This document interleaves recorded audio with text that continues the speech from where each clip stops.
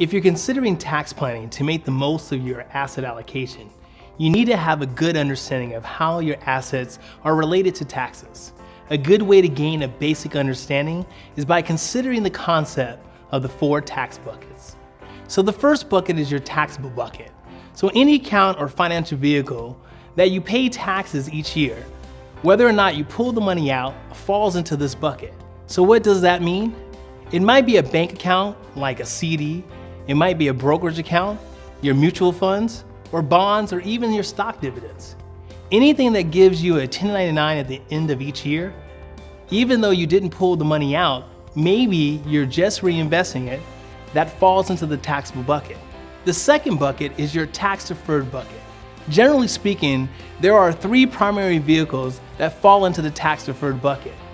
Qualified retirement plans, that's your 401ks, your 403bs, 457, and IRAs. Your non-qualified annuities also fall into this bucket, as well as savings bonds.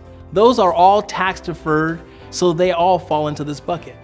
The third bucket is your tax-free bucket. There are 3 financial vehicles that are currently tax-free.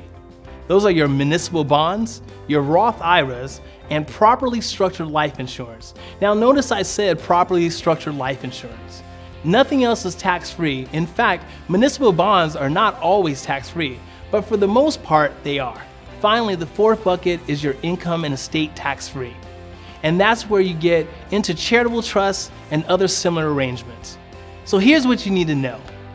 If you want to reduce your taxes on your assets over time, you need to move your assets to the right. A common mistake many people make if their objective is to reduce their tax liability is often right here. They have a majority of their assets in qualified retirement plans. This has the potential to create a significant tax liability down the road. Now, you may want to consider reallocating some assets to the right to help reduce your tax liability over time. That is the concept for the 4 tax buckets.